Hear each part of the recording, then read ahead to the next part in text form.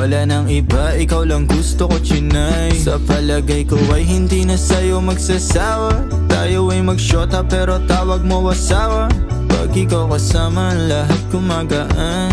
O ikaw na sana, di na tinatalaban ng kahit sinong palaban man ang aking makita sa daan. Para silang gamit na damit dapat labahan. Nilamanghan mo sila ng 500 kagandahan, 100 sa katawan, ilan lamang tinambakan.